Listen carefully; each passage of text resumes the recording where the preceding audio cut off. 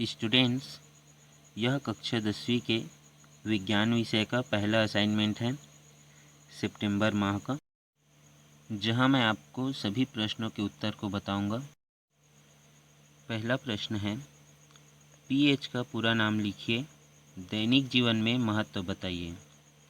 कारण बताइए कि मुंह का पीएच 5.5 से कम होने पर दांत खराब होना क्यों शुरू हो जाते हैं।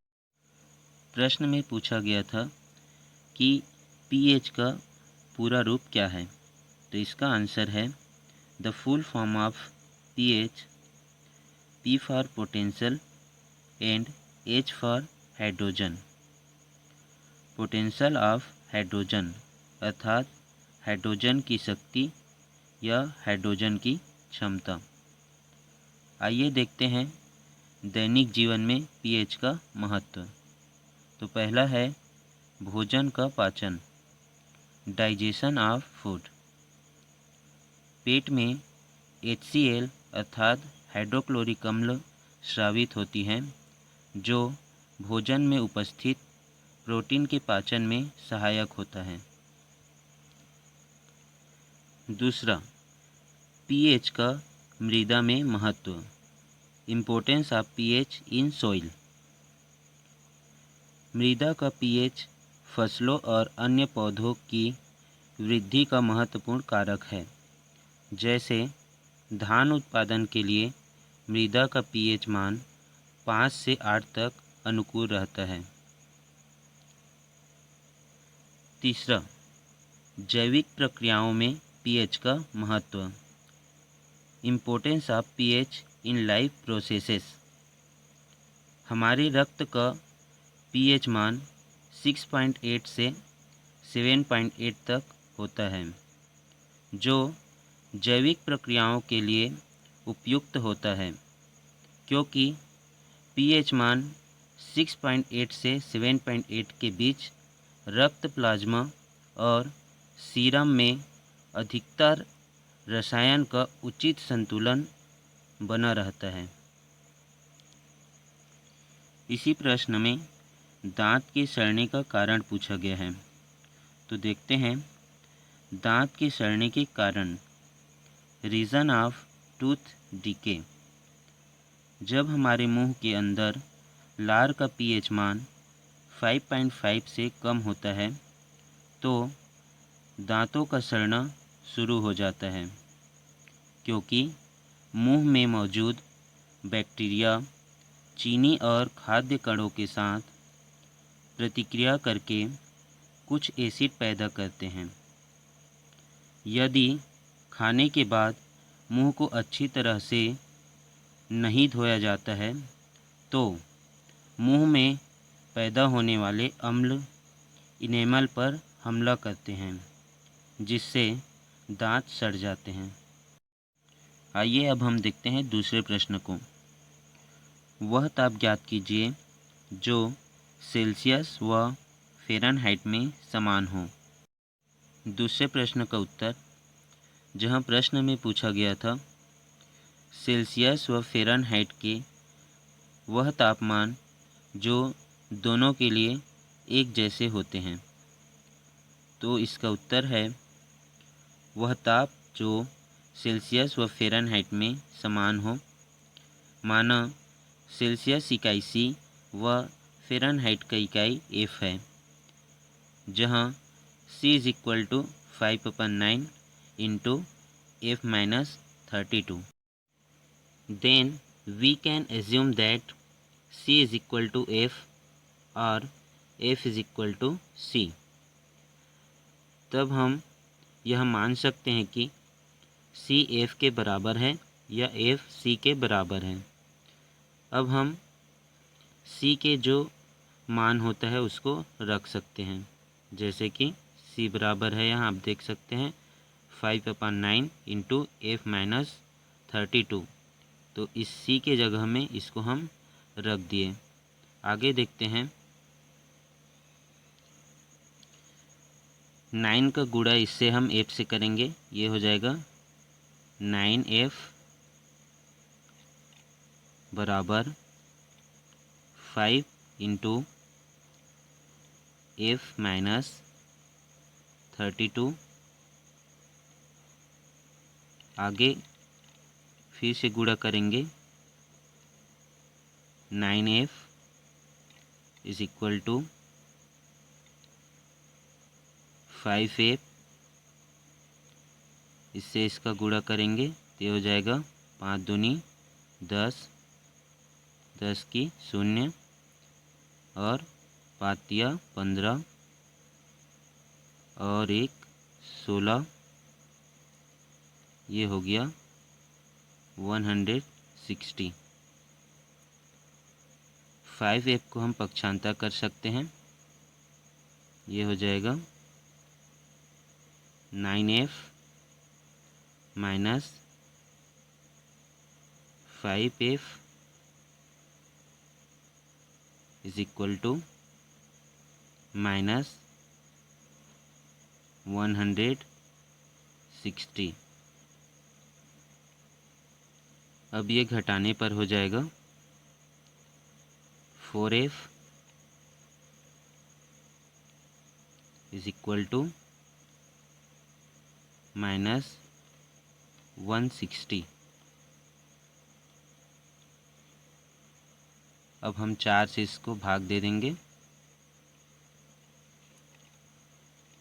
f is equal to minus 160 upon 4। अब इसको हम कटा सकते हैं। 4 1 जा 4 4 जा, तो ये हो जाएगा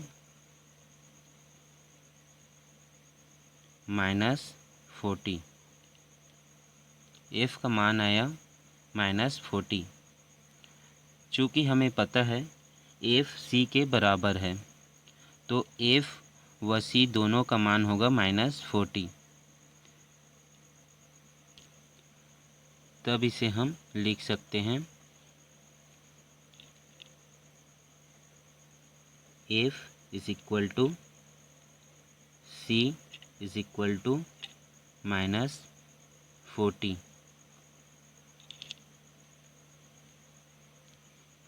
अर्थात -40 सेल्सियस और फ़ारेनहाइट के समान ताप होता है। अगला प्रश्न है तीसरा। चालन, संवहन और विकिरण को अपने परिवेश के उदाहरण से समझाते हुए दो अंतर स्पष्ट कीजिए। चलिए उत्तर को देखते हैं। तीसरे प्रश्न का उत्तर, जिसमें प्रश्न में कहा गया है चालन, संवहन और विकिरण को उदाहरण देकर समझाते हुए इन तीनों में दो अंतर लिखिए। तो चालन की प्रक्रिया में इन अणुओं के किसी भी वास्तविक गति के बिना पदार्थ के एक अणु से दूसरे अणु तक गर्मी हस्तांतरण होता है। उदाहरण के लिए, एक धातु की छड़ के एक सिरे को गर्म करने पर दूसरा छोर भी गर्म हो जाता है।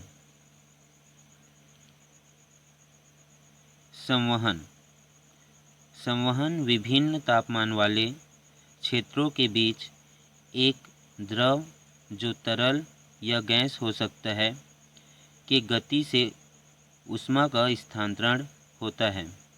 उदाहरण के लिए, एक फ्लास्क में एक तरल को गर्म करने पर बेस आधार के पास का तरल जल्दी गर्म हो जाता है और बढ़ जाता है। विकिरण रेडिएशन ऊष्मा अंतरण तंत्र जिसमें कोई माध्यम 3/5 आवश्यक होता है, विकिरण कहलाता है। यह तरंगों में गर्मी की गति को संदर्भित करता है। उदाहरण के लिए, वास्तव में वस्तु को छुए बिना ऊष्मा का अनुभव करना है। इसी प्रश्न में आगे कहा गया है चालन, संवहन और विकिरण में दो अंतर। तो देखते हैं। पहला है चालन आमतौर पर ठोस में होता है और संवहन आमतौर पर द्रव और गैस में होता है, जबकि विकिरण आमतौर पर वैक्यूम के माध्यम से होता है।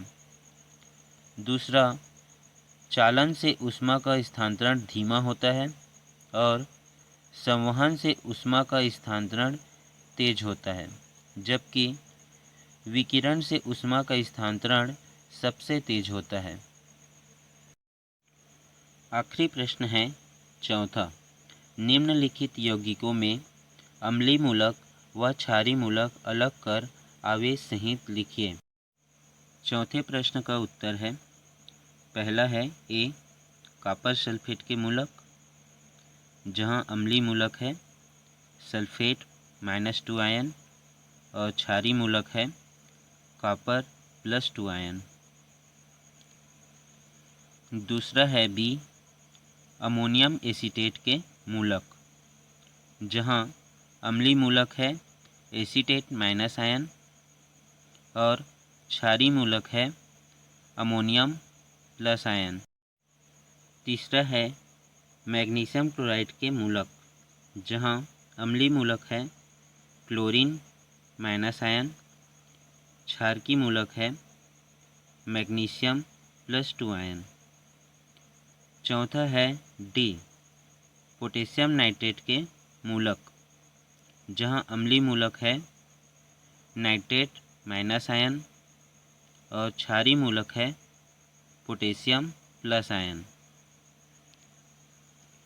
पांचवा है ई कैल्शियम हाइड्रॉक्साइड के मूलक, जहां अम्लीय मूलक है कैल्शियम +2 आयन और क्षारीय मूलक है हाइड्रॉक्सिल आयन -।